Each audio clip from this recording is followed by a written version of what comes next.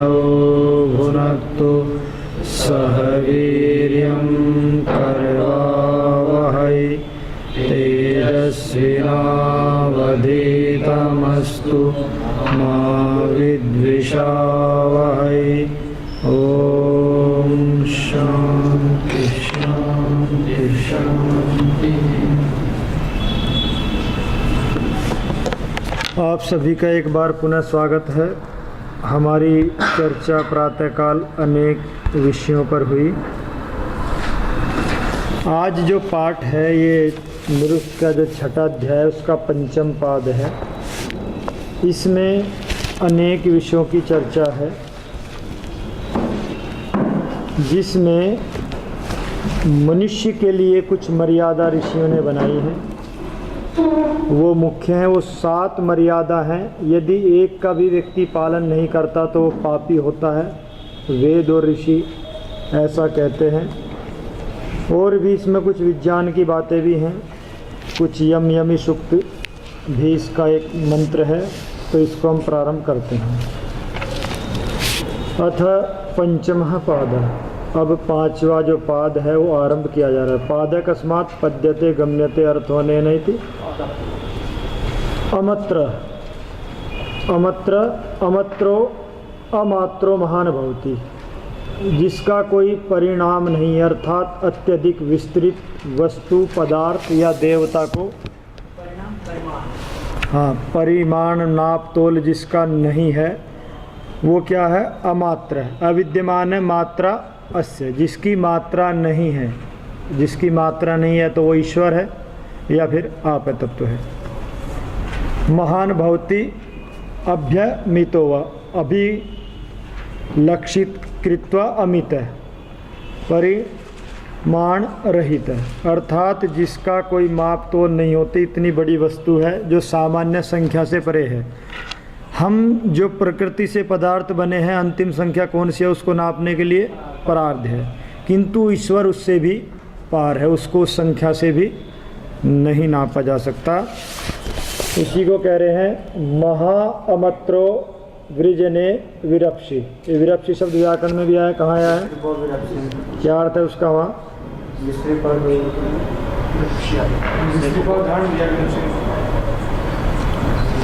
विरप्सो विरप्सिन, इसका क्या अर्थ है?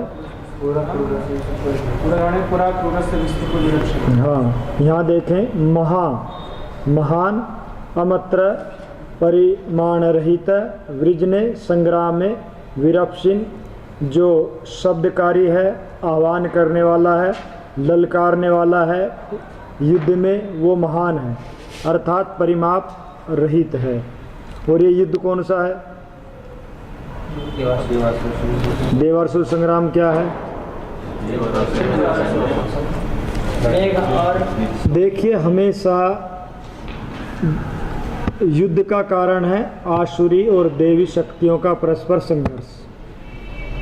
युद्ध हो ही नहीं सकता यदि सारे असुर हों तो भी युद्ध नहीं होगा, सारे देवता हों तो भी युद्ध नहीं होगा। युद्ध होता है दो विपरीत शक्तियों का टकराव, इसी का नाम युद्ध। इराक में क्यों हो रहा है? इराक में सारे मूल्य सारे असुर मूल्य नहीं है ना, उनमें विभाग है। आप लोगों को प्रकाश ठीक आ रहा है? अच्छा अच्छा। तो ये क्या है? जो अधिकतर अंदर का संग्राम है, राग द्वेष ईर्ष्या लोभ मोह काम, ये क्या है? आसुरी वृत्तियां हैं। और इनसे संघर्ष कौन कर रहा है? एक तत्व कर रहा है। 2 आसुरी शक्तियां उनसे अकेला लड़ रहा है। वो कौन है? सत्व। सत्व, रजस और तमस, ये 3 गुण हैं जो हमारे मन में रहते हैं। इन्हीं 3 गुणों से प्रभावित होकर हम कार्य करते हैं। तो जब ईर्ष्या आए, द्वेष आए, क्रोध आए, लोभ आए, मोह आए, तो जानना चाहिए कि आपको आसुरी शक्ति ने नियंत्रण कर लिया। और अब उसके साथ में संघर्ष प्रारंभ हो जाए तो समझना चाहिए कि देवता जागृत हो गए। और यदि आप उसी में खेल रहे हैं तो जानना चाहिए कि आप उसमें आनंद ले रहे हैं, मतलब आपके मन पे पूर्ण रूप से आसुरी शक्तियों ने नियंत्रण कर लिया है। तो ये मुख्य देवासुर संग्राम है। बाकी राष्ट्र की रक्षा के लिए, धर्म की रक्षा के लिए जो युद्ध हुए हैं या होते हैं वो भी देवासुर संग्राम है।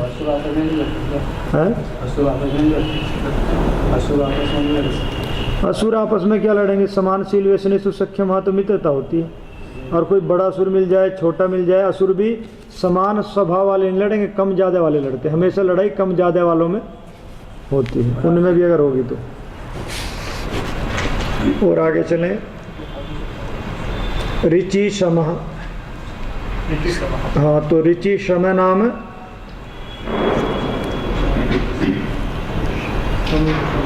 ऋचि और शम है। हाँ, तो ऋचि के जो समान है, जो ऋक के जो समान है, जो स्तुति के जो बराबर है, अर्थात उससे बड़ा कोई नहीं है। तो स्तवे वज्री ऋचि शम, स्तूयते वज्री ऋचा सम, जो वेद के समान है, ऋचाओं के समान। ऋक क्या है? वाणी नाम में पढ़ा है, नहीं पढ़ा? सुनाइए, वाणी के कितने नाम हैं? 101।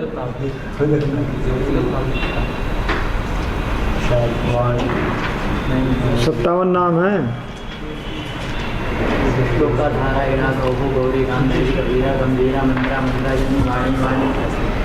वाणी, वाणीची, वाण, पवि, धमनी, नाड़ी, मेड़ी, उज्जीवा घोष है। स्वर शब्द स्वन, ऋक आ गया ना, ऋक। अगर आपको ये याद रहेगा तो कोई समस्या है ही नहीं वेद में। वही वैयाकरण आप बन गए। अब निघंटु आपको याद है, निर्वचन आपको याद है, और शतपथ ब्राह्मण पढ़ लिया तो उसका विज्ञान भी आपको आ गया। तो वेद में समस्या क्या है समझने में? वेद को 3 चीज़ों के बिना नहीं समझा जा सकता। दर्शनों का वेद का सीधा संबंध नहीं, बिना दर्शनों के वेद को समझा जा सकता है, किंतु बिना व्याकरण के सर्वथा करेंगे क्या वहाँ जाके वेद में? शब्द संस्कृत नहीं आई तो। दूसरा, बिना निरुक्त के, क्योंकि विशिष्ट अर्थ निर्वचन शैली नहीं आई तो वेद में फिर भी समझ। और उसका विज्ञान, जैसे कई बार बताया, अग्नि मीड़े पुरोहितम, तो व्याकरण भी लगा लिया, निरुक्त भी लगा लिया, पर अग्नि कौन सी है? ये कहाँ रहती है, क्या करती है, शरीर में कहाँ है, अंतरिक्ष में कहाँ है, द्युलोक में कहाँ है? और ये जो 7 प्रकार की ऊर्जा है, इसको कैसे मशीनों के माध्यम से, तकनीक के माध्यम से कैसे इसका प्रयोग करें ताकि पेट्रोल डीजल की जरूरत ही ना पड़े। सूर्य 1 घंटे में इतनी ऊर्जा देता है। भारत में तो लगभग 300 दिन तो सूर्य है ही, कि 1 साल के ऊर्जा के सारे कार्य हो सकते हैं अगर हम उसको वैसे तकनीक का बना लें। अभी तो नामात्र है जो प्रयोग कर रहे हैं, तो क्या पेट्रोल डीजल की जरूरत पड़ेगी? सस्ता कितना हो जाएगा, प्रदूषण मुक्त, और सस्ता कितना होगा, और हमेशा गाड़ी चलती भी रहेगी और चार्ज भी होती रहेगी। दूसरा, बादलों से पार भी सूर्य तो हमेशा है, केवल बादलों ने रोका है। 360 दिन भारत में सूर्य है, केवल बादलों ने उसको रश्मि नहीं आ रही। किंतु ऐसी एक यंत्र का वर्णन है जो रश्मियों को बादलों के पार जाके इकट्ठा करेगा, तरंगों को आकर्षित करेगा। तो आपको मतलब 360 दिन ऊर्जा मिल रही है। पर ये पेट्रोल लोम भी जो है इस क्षेत्र में नहीं आने देती, क्योंकि वो तो टेंटों में आ जाएंगे दोबारा, जहाँ से ये सारी चीज़ें आती हैं। ये कोई वैदिक लोग ही करेंगे, आप लोग पढ़ोगे जानोगे तो ये कोई असंभव नहीं है, सारे कार्य संभव हैं। तो वेद इस बात को कहता है। आगे चलें, अनर्शरातिम अनश्लील दानम अश्लीलम पापकम क्या है? नहीं, कुछ और है, अश्लील अश्रीमत विषमम, ऐसा है। ये कह रहे हैं अनर्शरातिम, जिसके जो दान हैं वो अश्लील नहीं है, पवित्र है। जिसका दान पवित्र है, एक बात। दूसरा, अश्लीलम पापकम, अश्लील क्या है? पाप होता है, पाप बढ़ाता है। आज जो समाज में, राष्ट्र में अश्लीलता बढ़ी है, इसके कारण पाप बढ़ा है, सीधी बात, या नहीं बढ़ा? व्यक्ति ढंग से कपड़े पहने, ढंग से भोजन खाए, ढंग से व्यवहार रहे तो पाप कम बढ़ता है, और सरकार का उस पर कोई ध्यान ही नहीं। ये पाप बढ़ कहाँ से रहा? टेलीविज़न वाले बढ़ा रहे हैं, फिल्मों वाले बढ़ा रहे हैं, क्रिकेट वाले बढ़ा रहे हैं, पेप्सी कोका कोला पिला के उसका प्रचार करके, शराब का प्रचार करके, तो ये सब पाप बढ़ा रहे हैं। और ये क्या है, पाप कम क्या है, पाप को पाप क्यों कहते हैं? अश्रीमत। ये ऐश्वर्य नहीं बढ़ाता है। ऐश्वर्य का हम कहते हैं ना संस्कृत में श्रीमान, श्रीमत, तो मतलब ऐश्वर्यवान। और ये क्या है, अश्रीमत है। जब व्यक्ति पाप करता है, अश्लीलता फैलाता है, तो उससे ऐश्वर्य कम होता है। सबसे पहले बुद्धि का ऐश्वर्य कम होता है, देखने का दर्शन ही बदल जाता है और सब कुछ अंदर, सब कुछ बदल जाता है। इसलिए पाप का मुख्य कारण है अश्लीलता, ये शास्त्र ऐसा मानता है। और विषमम, ये विष के समान है। पता नहीं लगता व्यक्ति कब जहर खा लेता है। अभी तुरंत जहर खाए तो तड़फेगा, मरेगा तो पता लगेगा, किंतु इतना धीमा जहर है, व्यक्ति को कब कब्जे में ले लेता है पता ही ऐसे लिया हुआ नहीं लिया। अभी कोई फिल्में वाला आ जाए, नाचने गाने वाले लोग आ जाएं, तो कहीं से फ़ोन आ जाए तो उठ के सो के भी उनके दर्शन के लिए पहुंचेंगे। और कोई बढ़िया सत्संग हो रहा हो, बढ़िया हवन हो रहा हो, तो ढूंढे भी नहीं मिलेंगे, सो जाएंगे, है ना। तो ये देखिए विष को व्यक्ति कैसे खा रहा है, उसको पता ही नहीं लग रहा। अब क्रिकेट क्या है? क्रिकेट एक विष है जो समाज को, राष्ट्र का नाश कर रहा है। कैसे कर रहा है? हमारा कितना समय खा जाता है, खा जाता नहीं। एक व्यक्ति दो व्यक्ति कपड़े धोने की मोगरी लेके वहाँ खड़े हुए हैं और एक वो पिट्ठों की बॉल फेंक रहे हैं और 11 लोग देख रहे हैं कि किसके हाथ में गिरेगी और करोड़ों लोग ताली बजा रहे हैं। तो ये पागलपन है नहीं, सीधा पागलपन है। गुरुकुलों में भी क्रिकेट के प्रशंसक होते हैं, वैसे नहीं होने चाहिए। आप हैं तो छोड़ दिया जाए, नहीं तो आप पाप कम हैं, क्योंकि उनका सहयोग करना भी पाप को बढ़ाना है। विश्वानंद जी है ना, वो तो ना पूरे दिन कमेंट्री सुनते थे। अब बताओ, सन्यासी थे, वेद के भाष्यकार थे और वो क्रिकेट से लगाव था, मतलब पाप बढ़ाने वाला खेल है वो। मुझसे कहते थे मैं तेरे यहाँ देख लूं, तो मैं बोला मैं तो देखती, आप देखो। मतलब हमें सोचना पड़ेगा कि हम कहाँ जा रहे हैं, कहाँ पीढ़ी को लेके जा रहे हैं, क्या उससे मिला क्या किसको, कितना समय बर्बाद हुआ, कितनी उन्नति राष्ट्र की हो सकती थी, और वो दो मोगरी वालों के चक्कर में सारा बर्बाद कर। नहीं हुआ नहीं। तो हमें सोचना पड़ेगा कि हमारा दर्शन कहाँ जा रहा है, इससे विकास हो रहा है या विनाश हो रहा है। यदि हम इनके प्रशंसक हैं तो हम विनाश कर रहे हैं। एक व्यक्ति क्रिकेट वाला शराब का प्रचार करता है ना, उसका पेट नहीं भरा, इतने पैसे कमा पाएगी, बोतल का प्रचार कर रहा है, क्या वो हमारा आदर्श हो सकता है? कभी नहीं हो सकता, पर आदर्श बने हुए हैं। और आगे चलते हैं।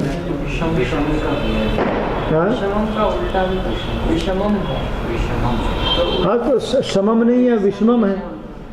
विषमम भी विषम एव होती, विपरीत चीजें हैं जो सम नहीं है, मन के लिए सम नहीं है, तो क्या है? विषम है। और विषम भी तो उल्टा ही है। विषम शब्द का प्रयोग क्या होता है भाषा में? विषम उपन्यास। हाँ, विषम उपन्यास। विषम का नाम है कठिनतम, विपरीतम, उल्टा, उल्टा अर्थ है। तो ये सारे जो है ना, राष्ट्र को उल्टा चला दिया इन्होंने, क्रिकेट वालों ने, फिल्म वालों ने, क्योंकि पाप कम, ये पाप फैला रहे हैं। और इनके प्रशंसक भी क्या करेंगे? भाई सब कुछ नाटक है ना, उनको तो खूब पैसा मिल रहा है, इनको क्या मिल रहा है? आत्मा की कोई उन्नति हो रही है? बर्बादी के सिवा हो क्या रहा है? पर आज ये आदर्श बने हुए हैं। आदर्श होना चाहिए था शास्त्र, वेद, ऋषि, विद्वान, और ये नाचने गाने वाले, शराब पीने वाले हो गए। तो हमें सोचना पड़ेगा हम मन को कहाँ ले रहे हैं। और जब तक इनका विरोध नहीं होगा, ऐसे कुछ लोग पैदा नहीं होंगे, चलते रहेंगे। और आगे चले। अनर्शरातिम वसुधाम उपस्तुहि। अब इसी मंत्र को कह रहे हैं कि अनर्शरातिम, अर्थात जो, इन्होंने अर्थ खोल ही दिया, जिनका दान अश्लील नहीं है, जो अश्लील क्रिया नहीं करते हैं, उनके दान को हम क्या करें? वसुधाम उपस्तुहि। उनकी जो वसुधा है, वसुन ददाती थी, वसुधा जो धन को देने वाली जो शक्ति है, उसकी स्तुति करें, दूसरों की ना करें। वसुधाम विशेषण तो इसका है इंद्र का ना। अब तो वही है ना, वसुन ददाती थी वसुधा। अनर्शरातिम का बनेगा। तो अनर्शरातिम कौन है? जो वसुधा है। इनका दान अच्छा है, पवित्र पवित्र दान वाला। वही तो कह रहे हैं, जो पवित्र दान वाले वो कैसे हैं? वसुधाम। वसु किसको कहते हैं? धन को कहते हैं। तम ददाति इति वसुधा, तो उन्हीं की हम स्तुति करें, दूसरों की ना करें। तो हमारे आदर्श ये नहीं हो सकते, हमारे आदर्श तो ऋषि मुनि और वेद है, ईश्वर है। अनर्वा, अनर्वा कह रहे हैं, अनर्वा अप्रतिरितो अन्यस्मिन, जो दूसरे के पास नहीं है, किसी विशिष्ट के पास है, जो दूसरों को प्राप्त नहीं है, उसको कहते हैं अनर्वा। अनर्वाणम वृषभम मंद्रजिह्वम बृहस्पतिम वर्धया नव्यमर्कई। देखिए मंत्र बड़ा श्रेष्ठ बात कह रहा है कि अनर्वाणम, जो दूसरे को अभी प्राप्त नहीं है, अर्थात जो किसी के अधीन नहीं है, स्वतंत्र है, या जो अपने पुरुषार्थ से, अपने उससे चीज़ों को जिसने प्राप्त किया है, ऐसे वृषभम, ऐसा जो सिंचनशील, जो श्रेष्ठ है, उसको क्या करे, मंद्र जिह्वम, ये इसका विशेषण है, जिसकी जिह्वा जो है वो मंद्र है। मंद्र जिह्वम नाम है मदिहर से बोलता है तो ऐसे लगता है फूल झड़ते हैं, है ना, बड़े प्रेम से बोलता है, वार्ता करता है, ऐसा जो मंद्र जिह्वम है, ऐसे बृहस्पति। ये क्या कहना क्या चाह रहे हैं, अगर आपको उन्नति करनी है तो अपनी जिह्वा को क्या करें, मंद्र करें, मीठी वाणी को बोलें, कठोर वाणी ना बोलें, क्रोध ना करें। और बृहस्पति, ये बृहस्पति भी है, सारे विशेषण हैं। वर्धया नव्यमर्कई, ऐसे को नई नई स्तुतियों से बढ़ाएं। नई नई स्तुतियों से बढ़ाने का क्या अर्थ है,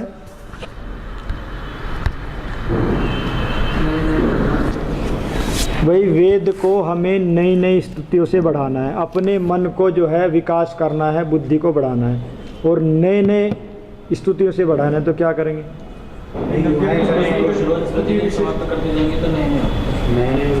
हाँ, पहले देखिए घर में रहना है तो पहले क्या करना पड़ेगा, वर्षों से जो कबाड़ा है उसको हटाना पड़ेगा। तो काम, क्रोध, ईर्ष्या, मद, लोभ, द्वेष, ये सब क्या करने पड़ेंगे, हटाने पड़ेंगे, तभी नई नई स्तुतियाँ दिमाग में आती है, अन्यथा आसुरी शक्ति नहीं आने देती।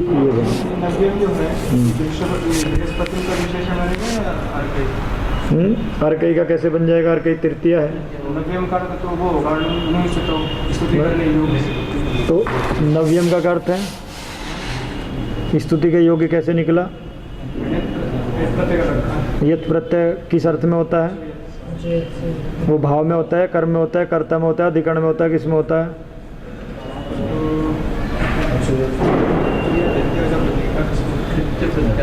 कृत्य प्रत्यय किस में होते हैं,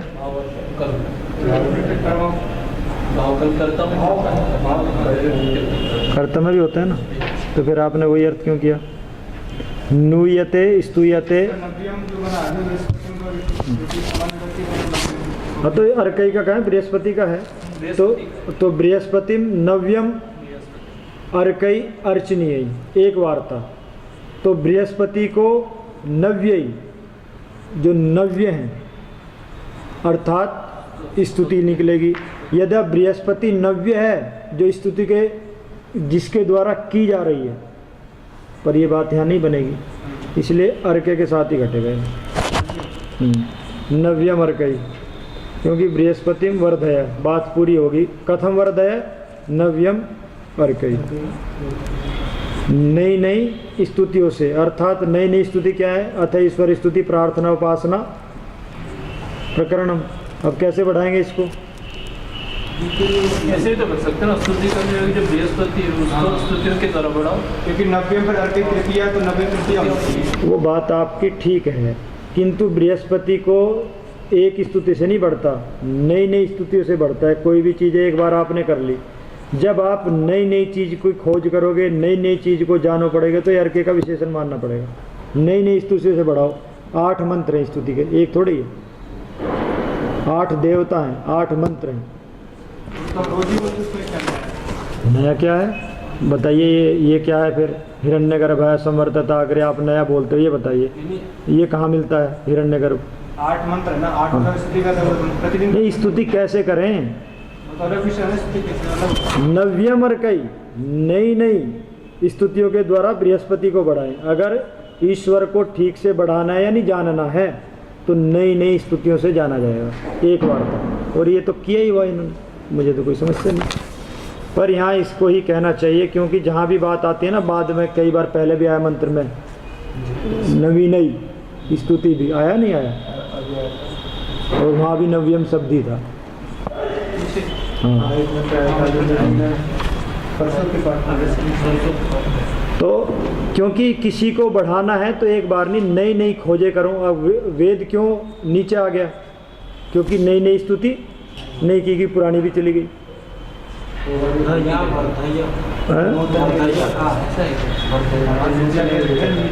बृहस्पति वर्धय, कथम वर्धय, नव्यम अर्कई अर्चनीय।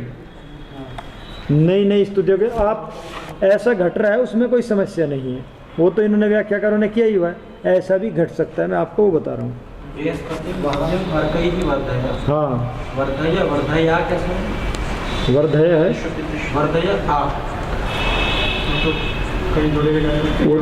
आ कहाँ जुड़ा हुआ है? वो तो आ का साथ में जोड़ लो, कहीं क्रिया के साथ में जोड़ लो, कहीं आवर्धय इसी के साथ जोड़ लो है? वो दीर्घ भी हो जाता है, उसकी कोई बात नहीं है, दीर्घ तो है, जैसे पीछे 3-4 बार दीर्घ आ भी चुका है। किससे होता है दीर्घ?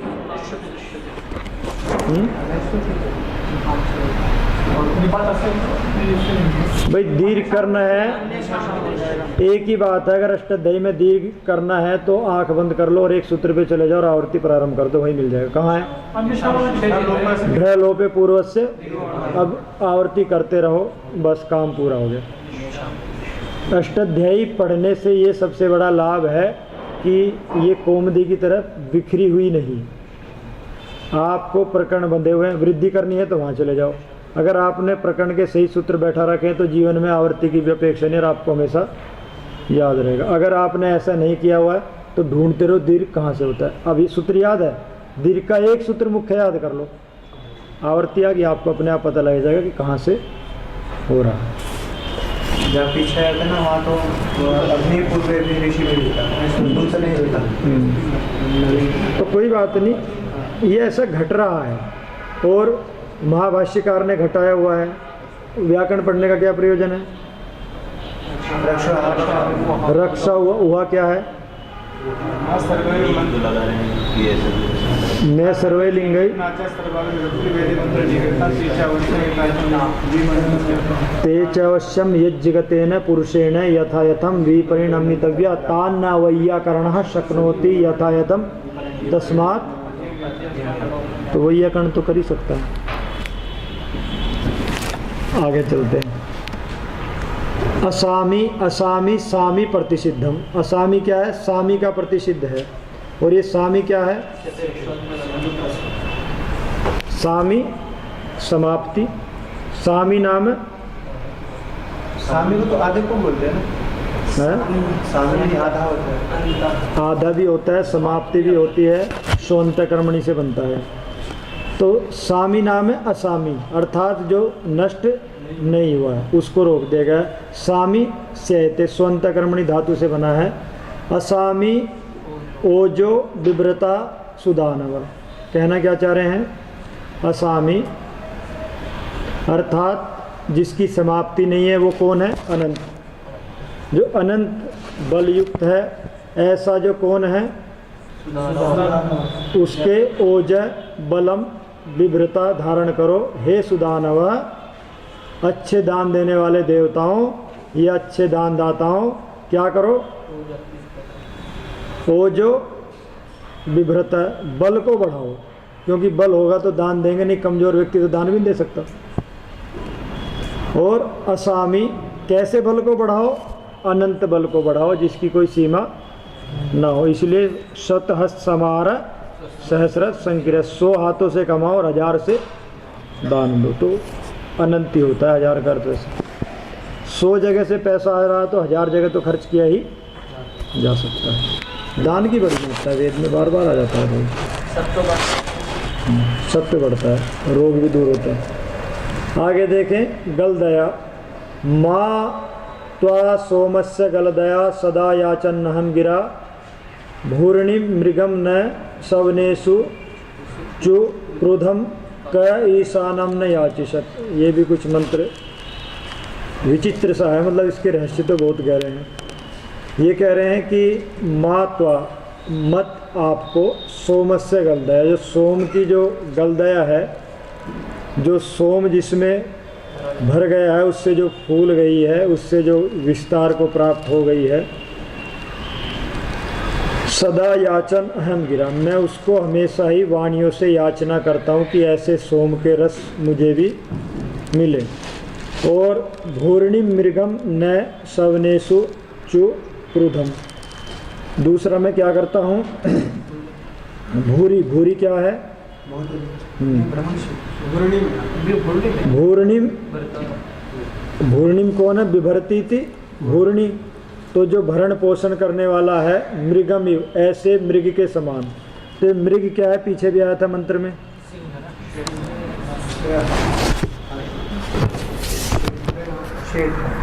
बोलो मंत्र बोलो,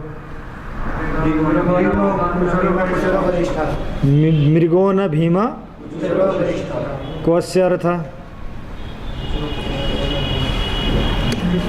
मृग इव भीम भयंकर और चरती कर्म कुत्सितम, गिरिस्थाई, पर्वत पे रहने वाला शेर भी है और मेघ को तोड़ने वाला विद्युत भी है, आदि देवी करती है।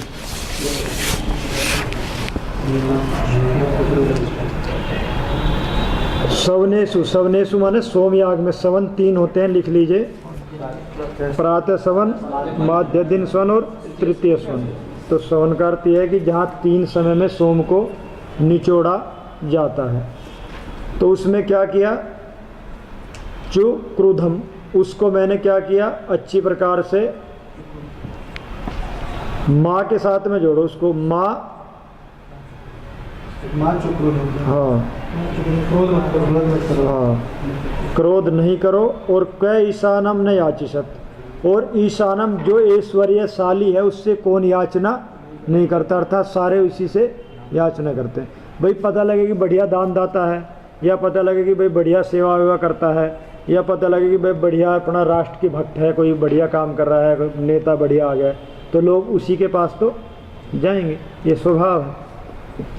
तो ये क्या कह रहे हैं आगे देख ले, माँ चुक्रुधम त्वाम सोमस्य गालने ने, मैं आपको क्रोधित ना करूं, अर्थात आप क्रोध ना करें, तुम सोमस्य गालने ने, सोम को हमेशा गालन करने से, गल निगरने, क्या धातु है, तो उसी से हो जाएगा। गलदया का अर्थ क्या है, गालने ने, सदा याचन में, हमेशा याचना करता हुआ, गिरा गीत्या स्तुत्या, गाने योग्य स्तुति से, गा के भी स्तुति होती है।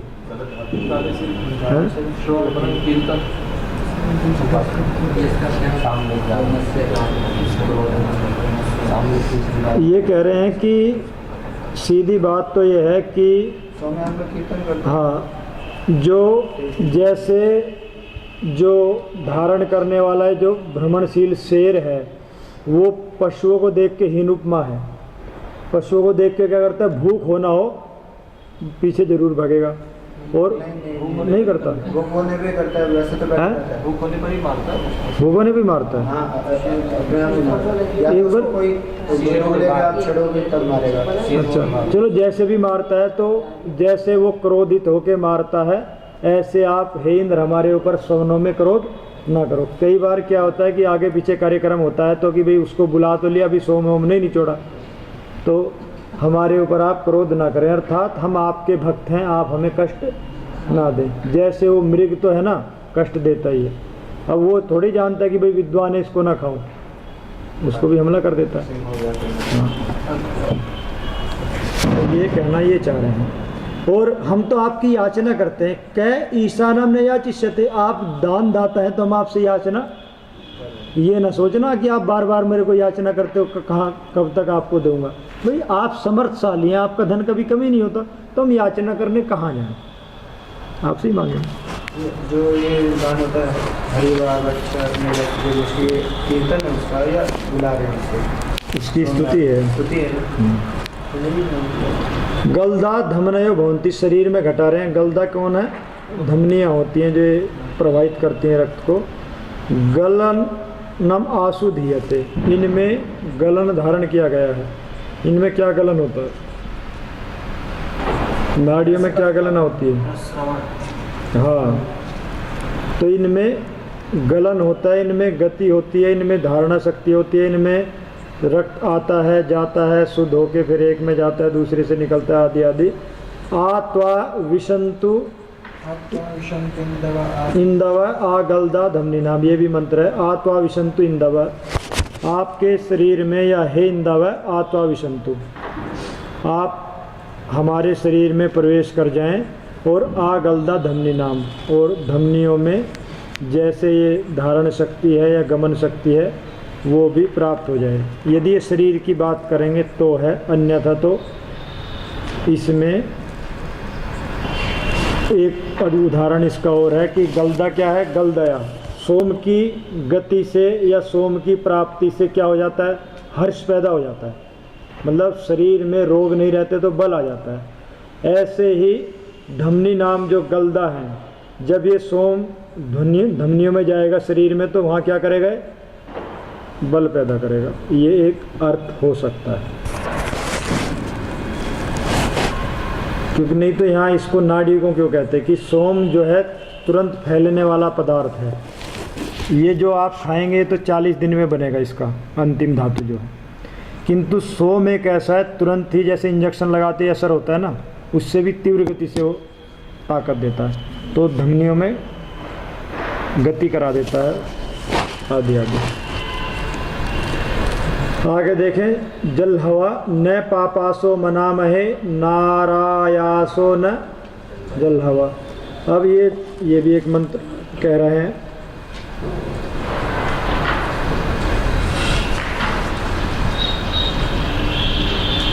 ये कह रहे हैं कि भाई हे ईश्वर या हे इंद्र देवता या अग्नि देवता, आप हमारी सहायता क्यों नहीं करते? क्यों? क्योंकि ना तो हम पापी हैं, आप पापियों की सहायता नहीं करते तो हम पापी भी नहीं हैं, और हम जो हैं ऐसे भी नहीं है कि जो अग्निहोत्र ना करते हों, फिर भी आप हमारी सहायता क्यों नहीं करते? एक प्रार्थना है, न पापासो मनामहे, ना तो हम पापी हैं, अपने आप को पापी मानते हैं, अर्थात हम पापी नहीं है। न अरायास, और दूसरे हम अरायास भी नहीं है, अर्थात हम जो हैं हमारे जो धन हैं वो हमसे दूर नहीं गए हैं, अर्थात हम निर्धन भी नहीं है, यज्ञ करने का तो पैसा हमारे पास है। दूसरा न जलनव, और हम क्या हैं? अर्थात ज्वलेन रहिता भी नहीं, हम अग्निहोत्र नहीं करते हैं, ऐसा भी नहीं है, फिर भी आप हमारी पुकार को क्यों नहीं सुन रहे? क्योंकि आप तो पापी को मारते हैं, जो अग्निहोत्र नहीं करता उसको आप नौका में नहीं बैठने देते, है ना, जो स्वर्गीय नौका जो एक कल्पना आई थी। तो हम तो तीनों ही गुण हमारे अंदर हैं, फिर भी आप हमारे को क्यों दूर है? व्याख्या बड़ी अच्छी है। न पापा मन्यामहे, हम अपने आप को पापी भी नहीं मानते, न अधना, हम निर्धन भी नहीं है, न ज्वलने न हीना, हम अग्निहोत्र से रहित नहीं है। अस्ति अस्माकम अस्मासु ब्रह्मचर्यम, हम ब्रह्मचारी भी हैं, ध्यान देने की बात है। और अध्ययनम, हम पढ़े लिखे भी हैं, ऐसे भी नहीं कि हम पढ़े लिखे नहीं हैं। और तपोदानम, हम तपस्या भी करते हैं सुबह 4 बजे उठ के, है ना, और दान भी देते हैं देवताओं को। कर्म इति ऋषि अवोचत, ऋषि ने ऐसा कहा, अर्थात यदि आपके पास ब्रह्मचर्य है, यदि आपके पास वेदाध्ययन है, यदि आपके पास तप है, यदि आपके पास दान है, और यदि आपके कर्म श्रेष्ठ हैं, तो आपको कोई भी आगे बढ़ने से नहीं रोक सकता। ये कहना चाह रहे हैं। हाँ, दान तो ज्वलने न हीना, तो ज्वलन से हीन नहीं है। ज्वलती कर्मा कौन सी है? अग्नि है, ये तो अग्निहोत्र से रहित नहीं है। ये तो देवताओं को दान हो गया, किंतु गाय का दान हो गया, धन का दान हो गया, गुरुकुल को सहायता होगी, हम उससे भी रहित नहीं जी। अभी तो जो इन्होंने किया वही देख लेते हैं। वैसे तो जल घातने धातु है, और घातितम हुयते आगे धातु, हुयते अनेनेति हवा, और जलने न हुयते अनेनेति जल हवा, अर्थात घातता के द्वारा जिसको बुलाया जाता है, तो अर्थ तो उल्टा निकल जाएगा, इसके विपरीत हो जाएगा। और वैसे घातने के लिए अग्नि को बुलाया जाता है क्योंकि कीटाणुओं को नाश करती है। अग्निवृत्राणि, तो ये भी अर्थ घट जाएगा क्योंकि हम अग्निहोत्र करते हैं तो हजारों प्रकार के कीटाणु मन के भी और वायुमंडल के भी नष्ट हो जाते हैं, तो अर्थ तो घट ही जाएगा। जल घातने धातु से कुछ कह रहे थे मुनि जी? अच्छा, आगे चलें। और देखिए अध्ययन चाहिए, बिना अध्ययन के भी अग्निहोत्र ये सारे कार्य नहीं होते। ब्रह्मचर्य चाहिए, तप चाहिए, दान चाहिए, तभी ये सारी चीज़ें मिलेंगी। ये नहीं है तो कहना बहुत मुश्किल है कि हम बनेंगे क्या। ऐति ऋषि एवोचत, ऋषि ने ऐसा किया, अर्थात आपको ऋषि बनना है तो आप भी ऐसा कहना पड़ेगा और करना भी पड़ेगा। बकुर है, बकुरो भास्कर है। अब भास्कर है तो सबको पता है कि सूर्य है, किंतु बकुरे का पता नहीं था। और भयंकर है, भयंकर होती थी, भयंकर है, पर भयंकर है न तो असमान प्रति, विषाणु, जो विषाणु है ना असुरान प्रति, ये मत समझ लेना। सूर्य आपके लिए भयंकर है, आपके लिए तो मित्र है, पर सूर्य जब निकलता है तो हजारों प्रकार के मर जाते हैं। भासमान है, द्रवती, दीप्ति देता हुआ घूमता है, इसका मतलब सूर्य घूम भी रहा। वैसे तो पता ही है सबको, पर इससे निर्वचन से जी। आगे देखे यवम विरकेण अश्विना,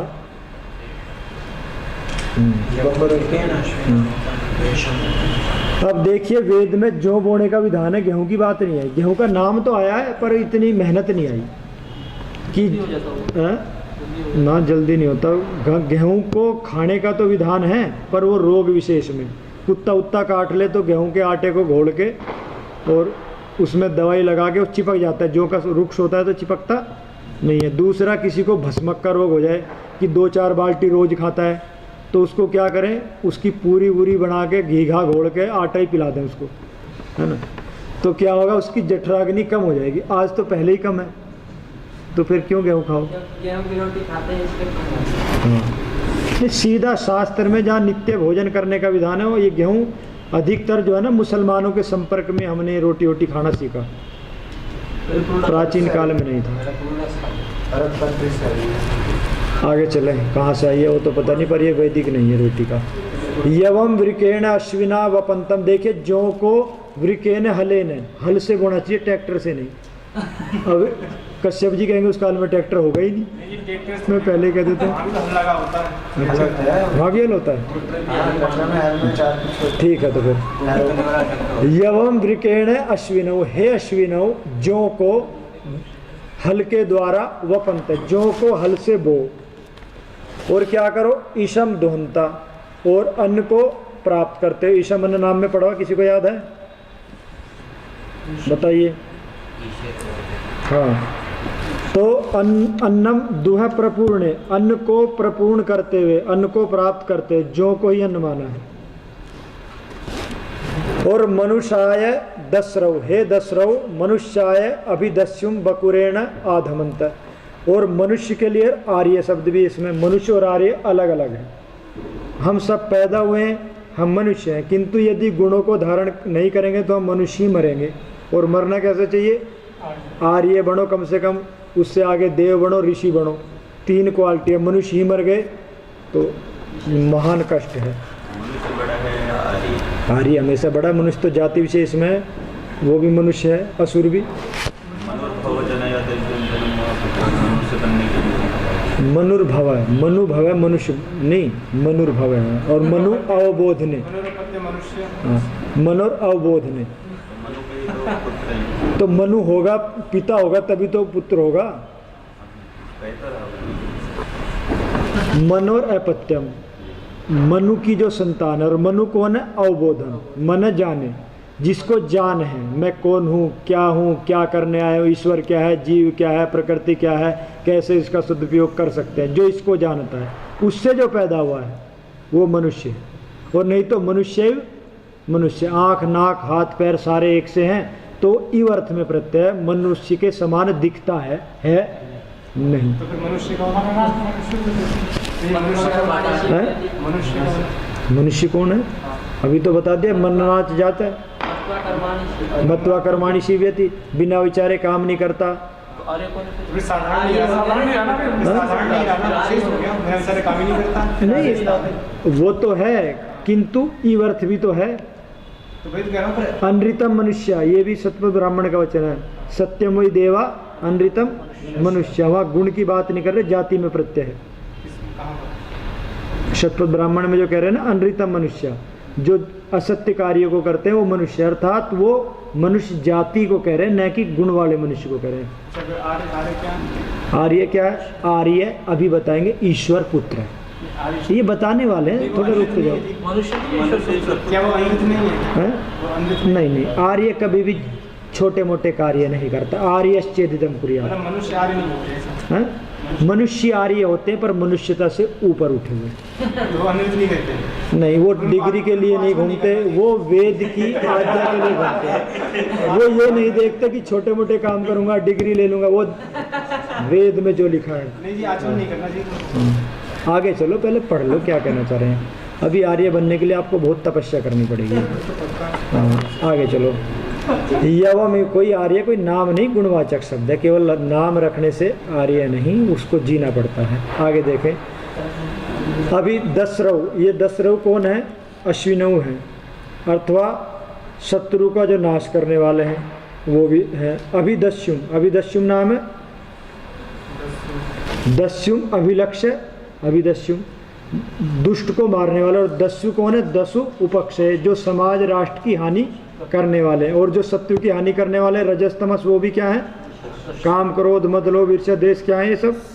इनको मारते हुए बकुरेण ज्योतिषा, ये ज्योति से मरते हैं, वैसे नहीं मरते हैं।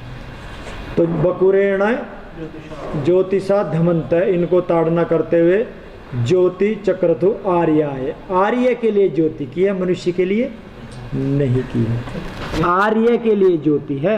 और आर्य अकस्मात ये बताएंगे अभी। धैर्य, धैर्य आर्य में चतुर्थी है हाँ। और मनुष्य में चतुर्थी है। हाँ दोनों के लिए होगी ना ज्योति? है? मनुष्य में चतुर्थी है नहीं, और आर्य में। आर्य में भी चतुर्थी में मना कहाँ कर रहा हूँ, पर उसके लिए तो मनुष्याय धमंत है। तो आर्य मनुष्य, मनुष्य को तो धमंत ताड़ना करते हुए कि आर्य बनो, और आर्य के लिए ज्योति कर दी। दस्यु के लिए धमंत रहेगा ना? जी, धमंता दस्यु में जुड़ेगा। मनुष्याय अभिदस्युम बकुरेण धमंत। अभी आप पूरा कर लो, पहले इनको देख लो जी। हाँ बोलिए। आगे अभी और विचार कर लो, अभी इसको तो पढ़ लो पहले। आर्य तो मनुष्य से महान है। आर्य समाज कोई सामान्य समाज नहीं है। जिस समाज में आप रह रहे हो वो कोई सामान्य समाज नहीं है, संसार का सबसे श्रेष्ठ समाज है। वो मनुष्यों में नहीं गिना जाता, वो विद्वानों में गिना जाता है, श्रेष्ठ वंश से आर्य बोलेगा जी। है ना? आर्य कौन होता है? ये बता रहे हैं ना, ईश्वर का पुत्र है, जो ईश्वर को ठीक से जानते हैं। पौराणिक दूसरे पाखंडी लोग आर्य नहीं है, क्योंकि ईश्वर के रूप को नहीं जानते। ईश्वर क्या है? कोई कहीं मान रहा है, कोई कहीं मान रहा है, कोई सातवें आसमान पे माने, कोई चौथे पे माने, कोई कहीं माने। तो ये आर्य कैसे हो सकते? आगे पढ़िए। वृकेण अश्विनौ निवपन्तौ, तो यवम ही वृकेण अश्विनौ निवपन्तौ, जैसे जौ को हल से बोते हैं ऐसे इनको बोते हैं, ठोक पीट के इनको आर्य बनाते हैं। वृको लांगलम भवती, वृक क्या है? लांगल है, क्योंकि इसमें कुछ लटकी होती है क्या हल में, कुछ पूंछ की तरह क्या होता है? वो पूंछ ही होती है उसमें। विकर्तनात्, ये जमीन को काट देता है। देखो हर शब्द का निर्वचन है कि हल को हल क्यों कहते हैं, क्योंकि ये जमीन को काटता चलता है। और लांगलम कस्मात लंगते, लगी संगे, और लांगुल वधवा, या पूंछ के समान होता है, दिखता है। और लांगुलम लगते, लंगते, लंबते, क्योंकि वो लटका होता है, लंबा होता है, चिपका होता है। अन्नम दुहंतौ, अन्न को प्राप्त करते हुए मनुष्याय दर्शनीय अभिधमंतौ, इनको मनुष्यों के लिए जो दर्शनीय अश्विनी है, इनको धमन करते हुए, इनको पीटते हुए। और दस्युम बकुरेण, और दस्यु को तो हल से मारते हैं, इनको वैसे पीटते होंगे बकुरेण। चलो दस्युम तक हो गया। दस्युम अन्नम दुहंतौ मनुष्याय, और दर्शनीय है अभिधमंतौ, दर्शनीय अभिधमंत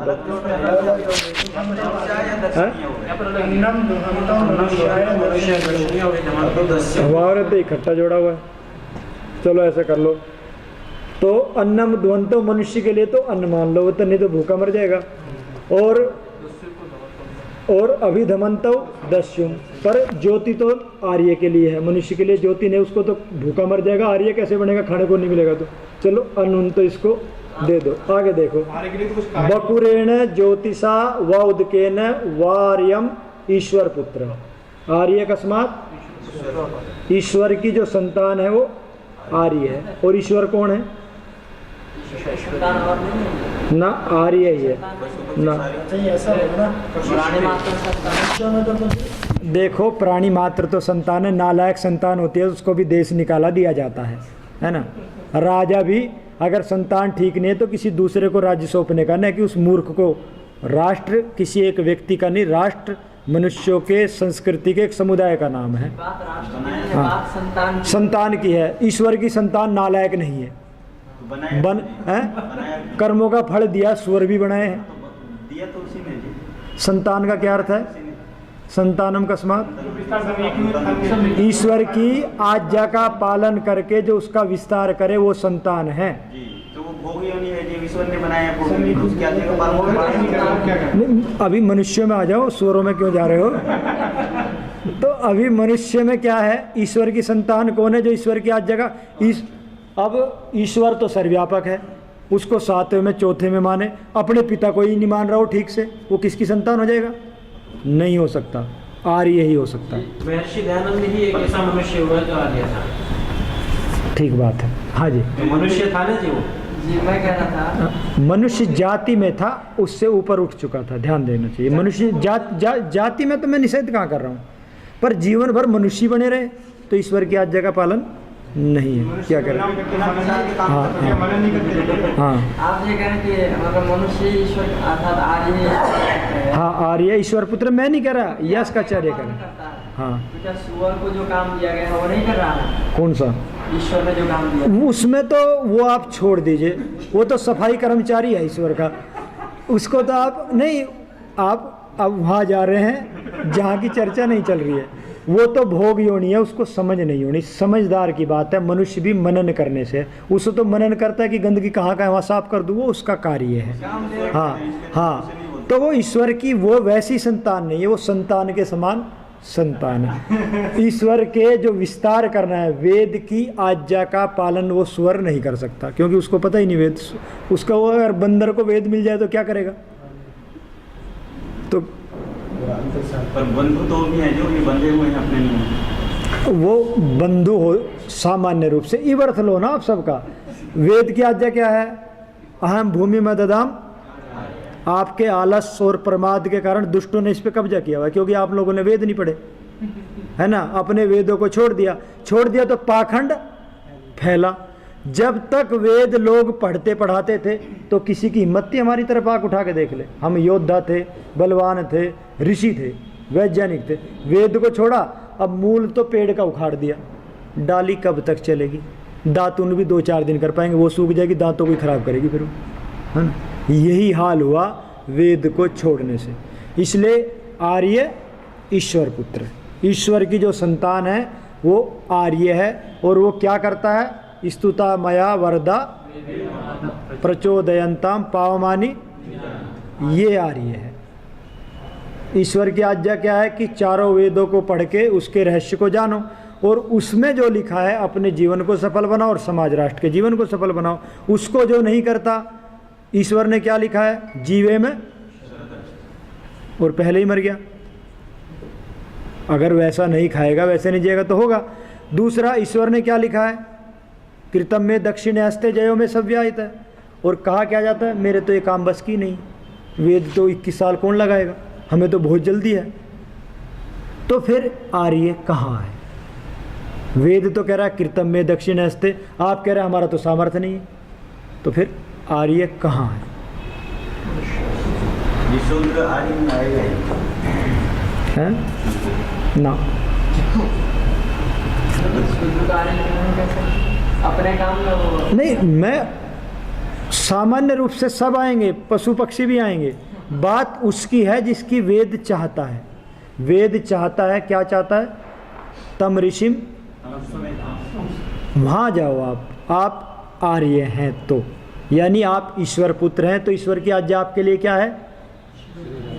संगच्छध्वम संवदध्वम सम्मो मनांसि जानताम अहमेव स्वयं इदम वदामि जुष्टम देवे भी ऋतमानुषे भी यम कामये तम तम उग्रम किरणोमि तम ब्राह्मणम तम ऋषिम तम सुमेर। ईश्वर आपको ऋषि बनाना चाह रहा है, आप छोटे मोटे काम में उलझ रहे हैं।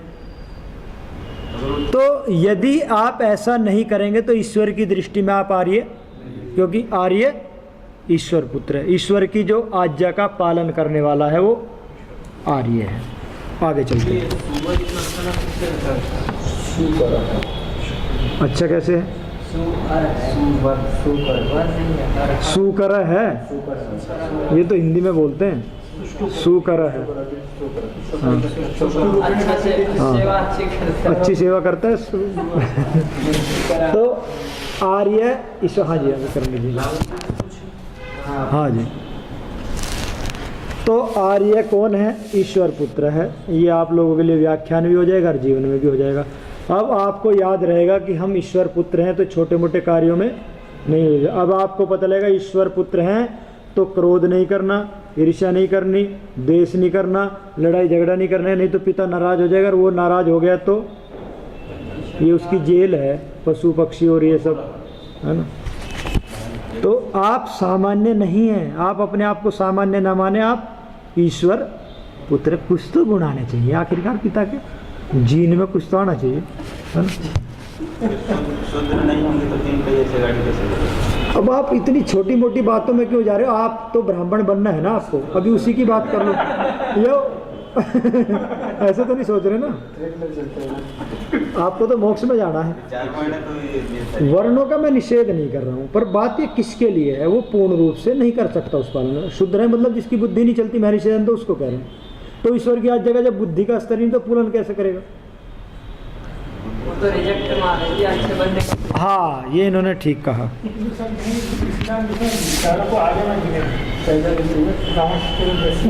आर्य इव आर्य है, मैं मने नहीं कर रहा हूँ। हम तो पशु को भी मान रहे कि वो भी आर्य कुछ तो कर रहा है, पर बात क्या है कि वो इव अर्थ में है, मुख्य अर्थ में आर्य ईश्वर पुत्र। पुत्र अकस्मात और वो कब होगा?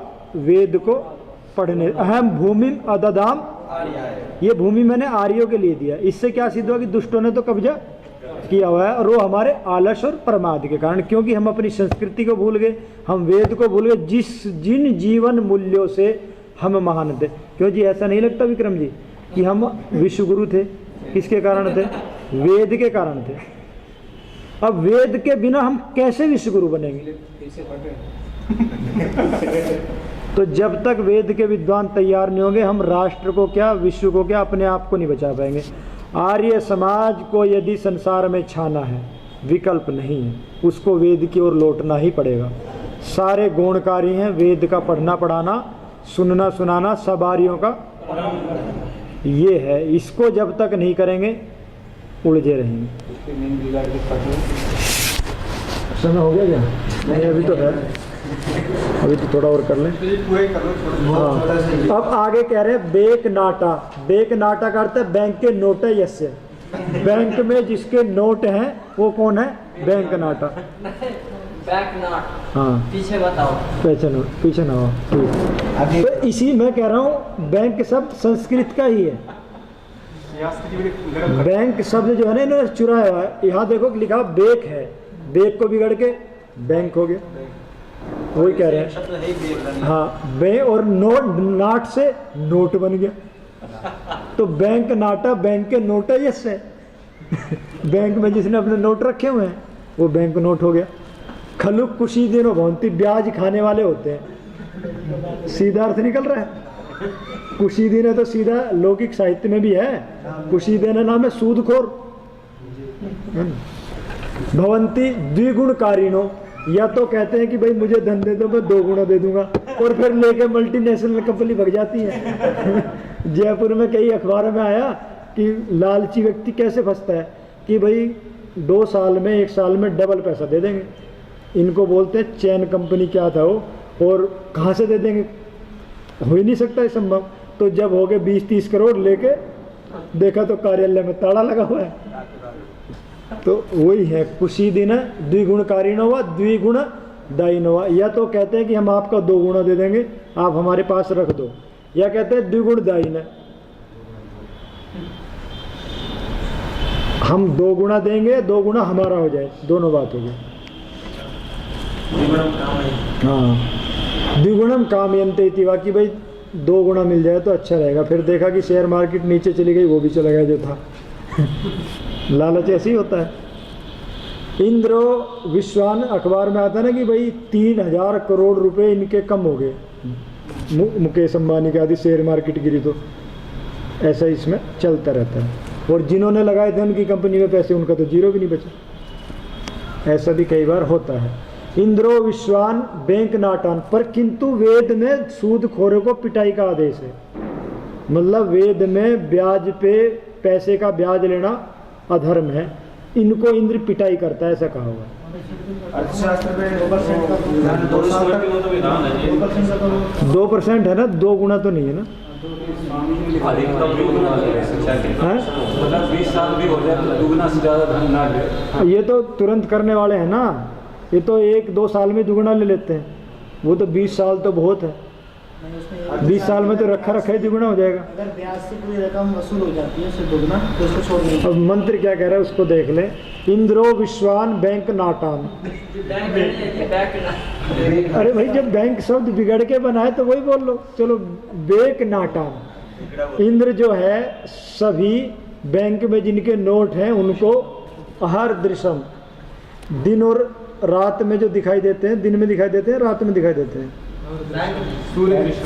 हर दृश्य, दिन दिन में कि भाई ये भी कर लूँ, वो भी कर लूँ, वो भी कर लूँ, वो भी कर लूँ, ये भी कर लूँ, ऐसे करने वाले हैं। उत्क्रांत्वा, इनके ऊपर आक्रमण करके, कृत्वा है क्रांत्वा है, हाँ। तो क्या करता है इनको?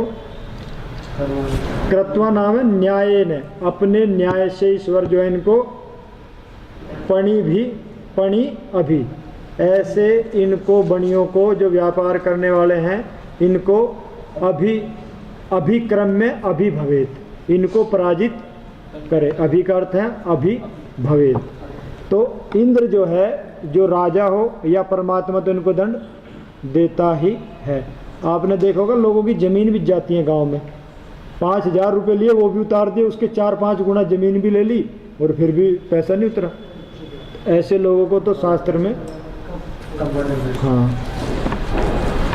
तो देखो यहीं से बिगड़ के बना है। मेरे को तो वही लग रहा है कि बैंक में जिसके नोट है तो वही काम है, ब्याज वहीं से खा रहे हैं, ये चल ही रहा है। इंद्रो यह सर्वान बैंक नाटान अहर दृश्य सूर्य दृश्यो यह इमानी अहानी पश्यंती न प्राणी, इन्हीं को देखता है कि खा लो पी लो, आगे बेचारे का कैसे जीवन होगा उसको नहीं देखता, उसको लूट लेता है, ऐसे इनकी पिटाई कर देता है। आपका मजबूत हो गया, बेक नाटा नहीं बोला जा रहा है। बैंक नाटा नहीं बोल रहे, बेक नाटा बोल देता हूँ, बेक नाटा ऐसा नहीं है, पर वो शब्द जमरा है। वह अभिभवती कर्मणा पणिश्च वणिज, इन बणियों को जो ऐसा करते हैं वो अपने कर्म से इनको नष्ट कर देता है, अगले जन्म में सारा निकाल देगा, अभी भी निकाल देता है। और अच्छा राजा हो तो छापा मार के इनका सारा काला पैसा लाया जा सकता है। अभिघेतन नाम है, धेतन है क्या? अभिधेतन, घेतन का अर्थ है, धेतन का कि शीघ्र ही जो नष्ट करने वाला है, दौड़ने वाला है। जीवान्नो अभिधेतन आदित्याशय पुरा हतात। अब ये एक भक्त है, युद्ध के मैदान में खड़ा हुआ है, हथियार समाप्त हो गए हैं, अब बचा उसके पास क्या है? शत्रु सेना ने चारों तरफ से घेर लिया, अब वो सहायता मांग रहा है ईश्वर से। क्या कह रहा है? यही मंत्र कह रहा है कि जीवान ने, मेरे जीवित ने, अस्मान अस्माकम जीवात, हमारे जीवित रहते हुए ही, अभी घेतन, अभी शीघ्र आने वाले, या अभी धेतन, दोनों ही मानते हैं इसको, शीघ्र गति करने वाले, अभिलक्षित होकर आने वाले, आदित्या से, हे आदित्यो पूरा हतात, हमारे मरने से पहले ही आ जाओ, पुलिस की तरह मत करना कि मरने के बाद आती है। तो हमें इन शत्रुओं से बचाओ।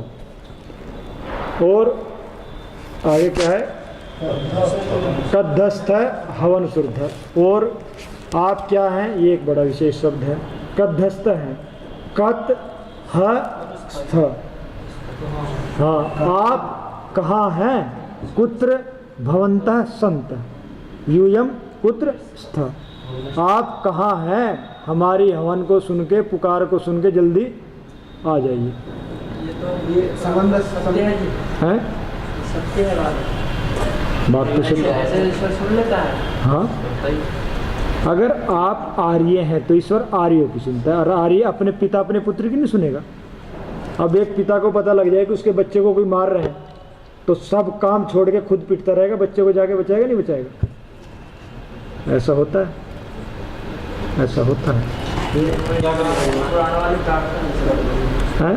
क्या करेगा, कुछ करेगा, बचाव करेगा। किस तरह का प्रकट तो होगा। ये आध्यात्मिक व्याख्या है।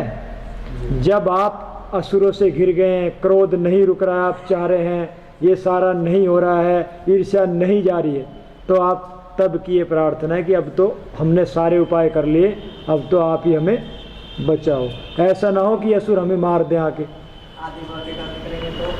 आदि भौतिक अर्थ करेंगे तो ये आदित्य सूर्य की रश्मियाँ हैं, और सूर्य की रश्मियाँ ये पेड़ भी हैं, पक्षी भी हैं, पशु भी हैं, मनुष्य भी हैं, ये सारे उसी से प्रार्थना कर रहे हैं, क्योंकि जब वो उसका प्रकाश आता है तभी ऊर्जा मिलती है। अगर 2-4 महीने सूर्य न निकले तो जीवन जीना ही आदित्य से है ना, ये आदित्य से नाम है, आदित्य सूर्य रश्मि है। और ये ना हो तो बरसात भी ना हो, न मेघ बने, कुछ भी नहीं होगा इनके बिना। ये संबंध कुछ कैसे मुझसे लेकर क्या था? वो एक ऐतिहासिक कथा है, उसको अभी चर्चा नहीं करेंगे। आगे देखो, बत कहाँ गया। अब 7 मर्यादाएं हैं, हम इसकी व्याख्या कर लें। जीव तो नो अभिधावत है, हमारे जीवित रहते हुए दौड़े आदित्य से पूरा आहनाथ, हमें कोई मार दे उससे पहले। क्वै व्यवस्था, आप कहाँ हैं, वाहन श्रुते, आप हमारी आह्वान को सुनने वाले। मत्स्या नाम जालम आपन्ना नाम एतद आर्षम वेद्यन्ते, जो मत्स्य हैं वो जाल में फंस गए हैं, और उसको ये ऋषि की ये प्रार्थना है वो वहाँ से निकलो। तो ये जाल क्या है, संसार रूपी जाल ही है। मत्स्या मधु उदके संदति, ये मीठे जल में या खारे जल में जहाँ भी हैं आनंदित रहते हैं। माध्यम से अन्योन्यम भक्षणा है, एक दूसरे को मछलियाँ खा जाती हैं क्या? अच्छा। जालम जलचरम भवति, वो जल में रहता है, जले भवम या जल में पैदा होता है, और जले शयम या जल में सोता है। 3 अर्थ हैं जाल के। अब जो आगे है 7 मर्यादाएं हैं, और ये 7 मर्यादा में से यदि व्यक्ति एक भी छोड़ता है तो वो पापी हो जाता है, ऐसा ऋषि मानते हैं। इसको हमारे जीवन में अगर किसी व्यक्ति को मनुष्यता से ऊपर उठना है तो इन मर्यादाओं का पालन करना ही चाहिए। वो ब्रह्मचारी है, गृहस्थी है, वानप्रस्थी है, सन्यासी है, अधिकारी है, प्रधानमंत्री है, चपड़ासी है, जो भी है सबके लिए मर्यादा जरूरी है। वो कौन सी है वो बता रहे हैं। अंगुरो, अंगुरा कहते हैं पाप, पापी जो व्यक्ति है। अहस्वान और अंगूर्णम अपि इत्यप्यस्य भवति, इस पापी का नाम एक ये भी है। आगे कह रहे हैं किण्वन अंगुरनाथ उरु, हमें पाप से बाहर निकाल लो। अंगुरनाथ नाम है पापात, या पापी से बचा लो या पाप से बचा लो, हमें बाहर निकाल लो, ऐसी प्रार्थना है। इत्यपि निगमो भवति। अब 7 मर्यादा हैं। सप्त मर्यादा कवय ततक्षु, कवि परमात्मा आया ना, कबीर मनीषी कहाँ आया है? पूरा मंत्र क्या है?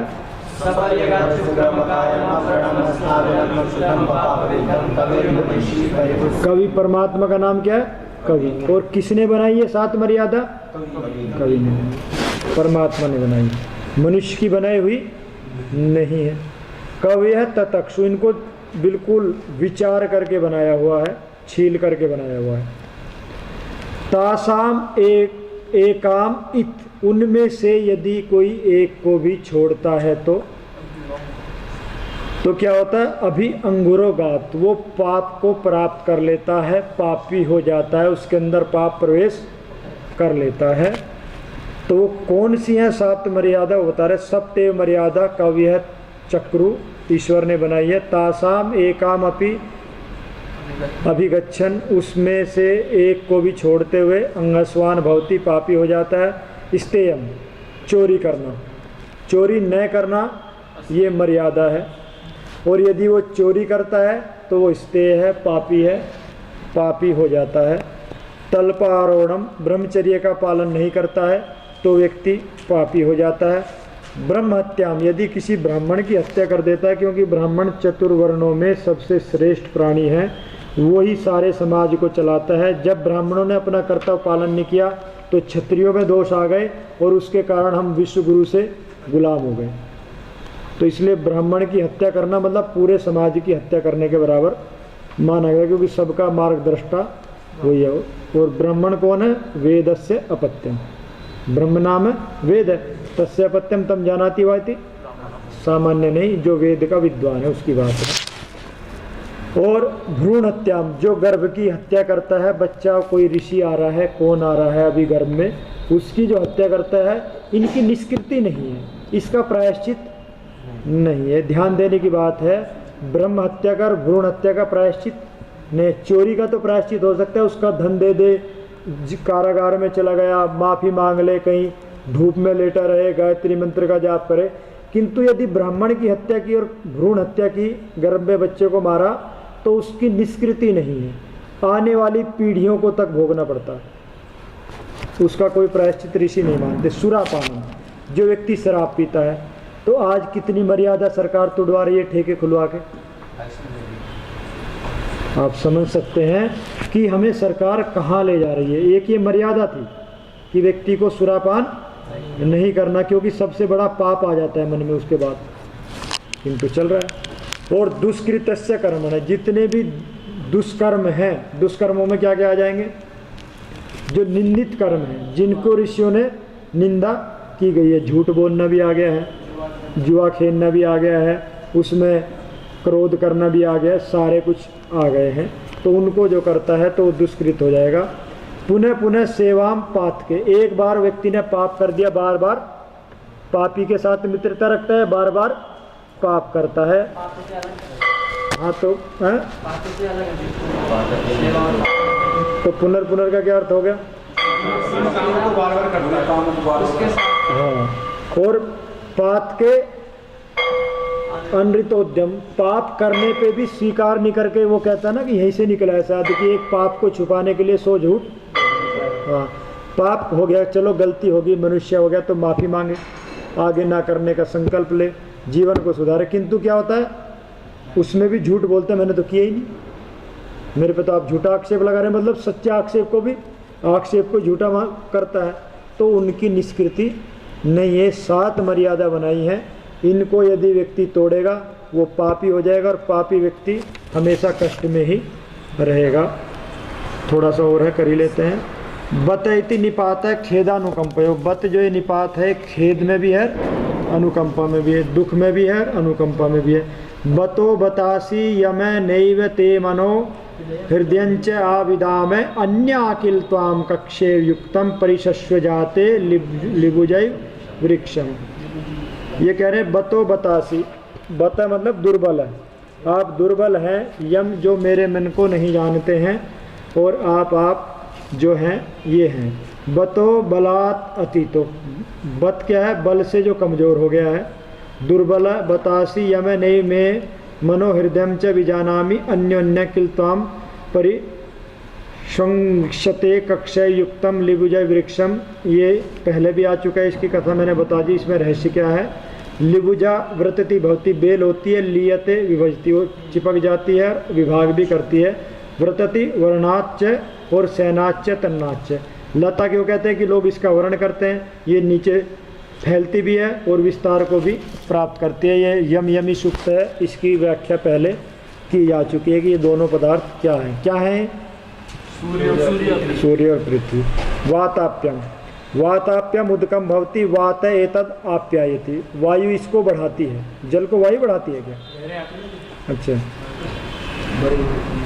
पुनानो वाताप्यम विश्वम चंद्रम, विश्वश्चंद्रम, ये कह रहे हैं कि हे अग्नि पुनान, पुनान नाम है पवित्रम कुर्वाण, हम अपने आप को पवित्र करते हुए, और वाताप्यम, वाताप्यम नाम है जलम जो वायु से जो बढ़ता है, और विश्वश्चंद्रम, और संपूर्ण रूप से जो चदी आह्लादाने दीप्त उच्च, जो संपूर्ण रूप से कांति बढ़ाने वाला है हमारे शरीर और मन में, ऐसे वात्यम को पुनाने हम आप उससे अपने आप को पवित्र करते हुए। और जल क्या है? आप है। आप है कहाँ है? सूर्य में, और सूर्य से कहाँ रहा है? रश्मियों में, और रश्मियों से कहाँ रहा है? औषधियों में, और कहाँ रहा है? गाय के दूध में। तो उससे हम पवित्र हों, ऐसी प्रार्थना है। वने न वायो न्यधाई चाकन, चाकन को बता रहे हैं, वने ही वायो, हे वायो, वने वे पुत्रश्चायन, तो आप अपने स्वरूप को स्वीकार करती हैं, बढ़ाती है। चायन का क्या अर्थ किया है? चायन है काम, कामयमान, कामना करता हुआ।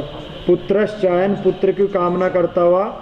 वेति च यह चैति चकार साकल्य, या तो इसको वेति चर यह चैति चकार मान लो, साकल्य कहाँ मान लें? हाँ, चायन में। हाँ, अर्थात वायु में क्या था? वायु था ना, वायु, या तो इसको एक धातु से मान लो, या किससे मान लो? वेति से और यकार से, दो धातुओं से मान लो। उदात्तम तो एतद आख्यातम, यहाँ तो उदात्त को बताया है, और अभविष्यत असुसमाप्त अर्थ है, और ये असुसमाप्त अर्थ है, अर्थात जो अभी पूरा नहीं हुआ है, उस अर्थ को कह रहा है। कौन कह रहा है?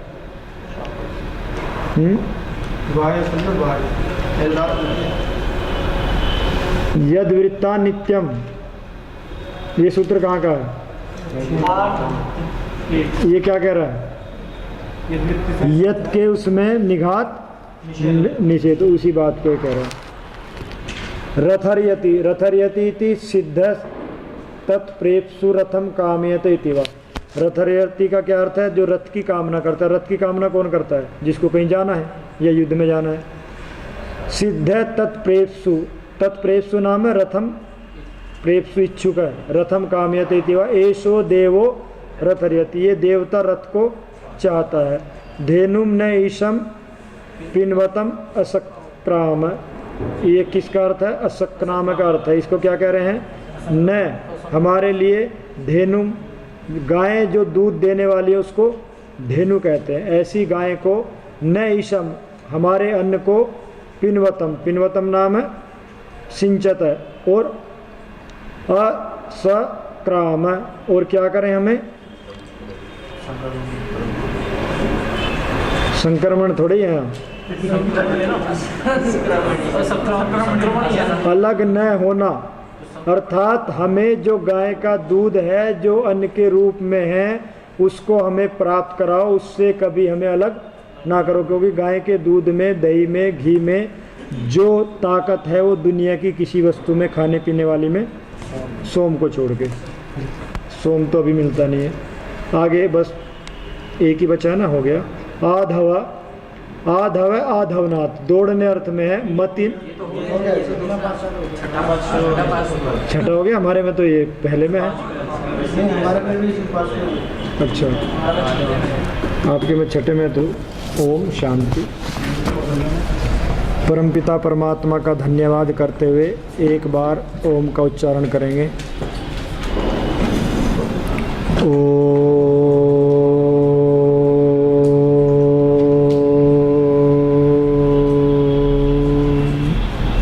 सभी को सादर नमस्ते। कल हमारा पाठ